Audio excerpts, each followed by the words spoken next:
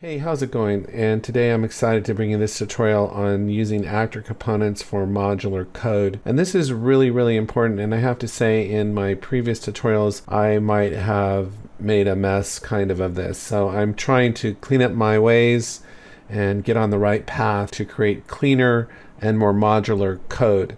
Now I want to give you this scenario. Let's say you wanted to create a score counter in your game where a player character crosses that ramp, let's say here in the scene, this ramp right here, and every time he does, he gets 10 points. Where would you put that code to do that? You might put it in a blueprint, but what you'll invariably see is you'll see people coding into the blueprint third person, and that's not really where the code should go.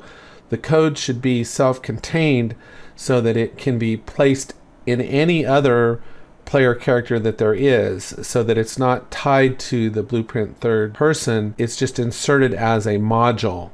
That's the beauty of the actor component, is that it can house variables and functions that we can put in a self-contained component and then just put that component into the blueprint third person. It's a distinction between enmeshing the code inside of the player character or just placing that functionality within a component that can be easily taken in and taken out. This should become clearer once we get going on this. I think the reason you don't see this that often is that it can get complicated and confusing. There's so many things that can arise, like, well, how do we cast to a component?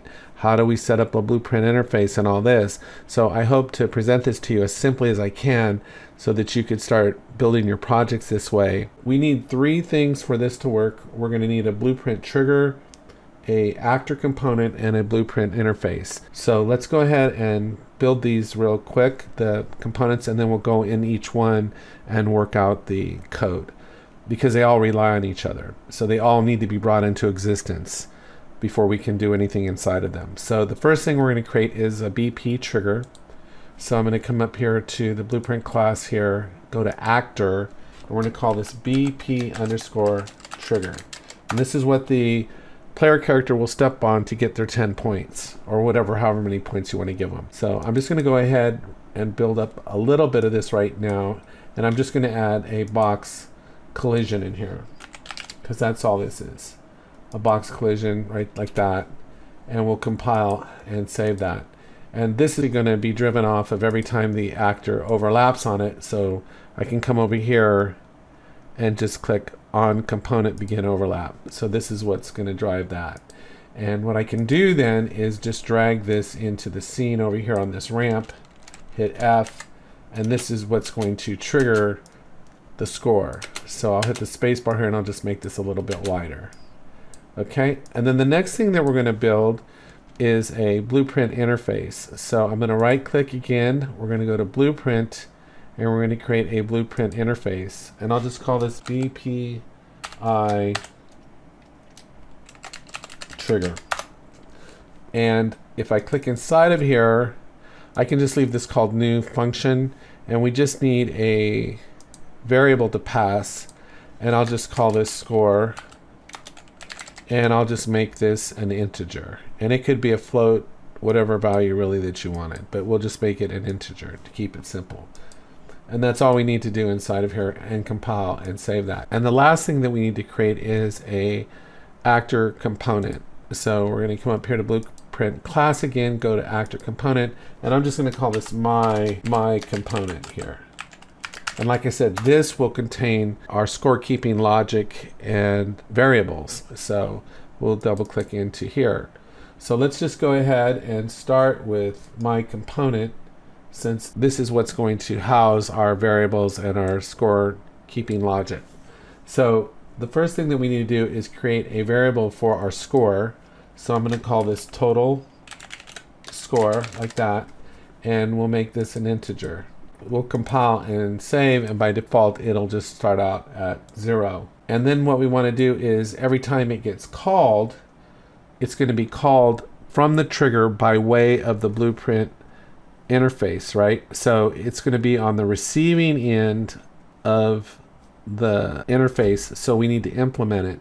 That's the rule, is that who's ever on the receiving end of the blueprint interface needs to implement it. So we're going to go to class settings here, And we'll go to implemented interfaces add, and we'll add that BPI interface that we made, BPI trigger right here. And we'll compile and save that. And it's called new function, and it's right here, and you'll see how it's going to send in a score value. Then all we need to do is grab this here, and we're going to get this, and then we're going to grab it here, and we're going to set it here, and then here we're going to pull off of and go add right here.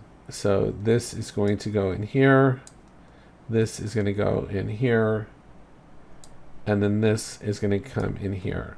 So this component is going to hold the variable for our total score. And this component can go inside of not only our Blueprint third person character, but any other character that we want to have in the game.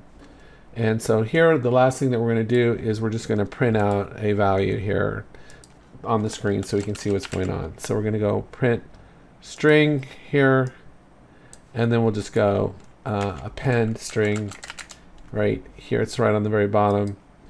And we're just going to write in here the current score is, and then we'll plug this into here. Let me scoot this over a little bit, and we'll plug this into here, and let me move that down actually, and then I'll just plug this in here. So what we've done here, let me compile and save. We've created an actor component. It has our total score variable, and it has this add function here, and that's all. And it's also going to print out what the score is.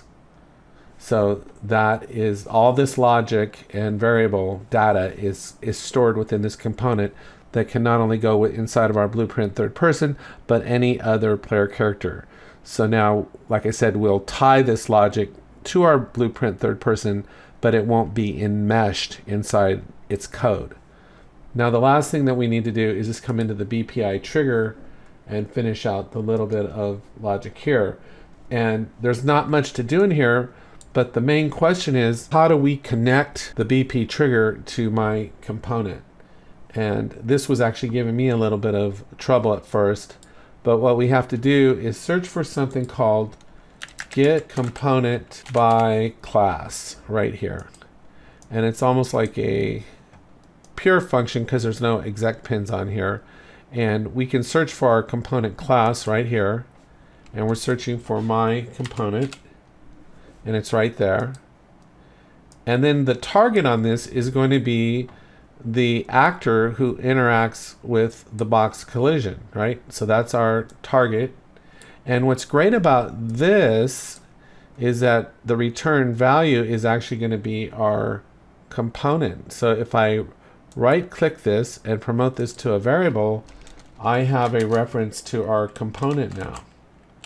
So I can just call this component reference. So once I have this reference and I can plug this in here, then any other logic that I put inside of here, I can access through this variable. So that's really great. And then the last thing that we're going to do is we're going to call our Blueprint interface. So called new function right here.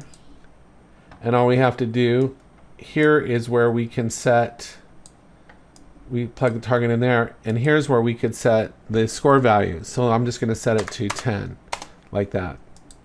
And this could be fed from even another variable or however you'd want to change this score value. So this could be a changeable value if you wanted.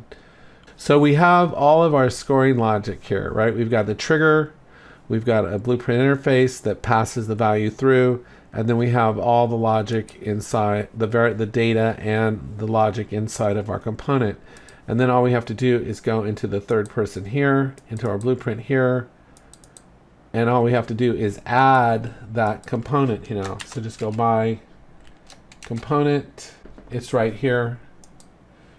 And now that this logic is contained within our Blueprint third person, but you'll notice that we haven't interfered with anything inside of here. There's no coding, there's nothing enmeshed with the scripting within this. All that functionality is modularized inside of my component. And what's cool is that you can actually then, if you wanted to, access what's inside of that component but there's no need to do that. So I'm going to just compile and save that and then see what happens. Watch what happens now. We'll go play, and when I cross over that trigger, you'll see the current score is 10. And now I cross back over, the current score is 20, 30, 40, 50, 60, 70. It works perfect. And see how modularized this is now? And so I haven't enmeshed any code inside of the player character. It's all modularized inside of the actor component. And the key really is here of getting the component by class and then being able to create a reference. And once we have that reference to the component, then we can use the blueprint interface to communicate between our blueprints. That's all I had for today. I hope you found this helpful.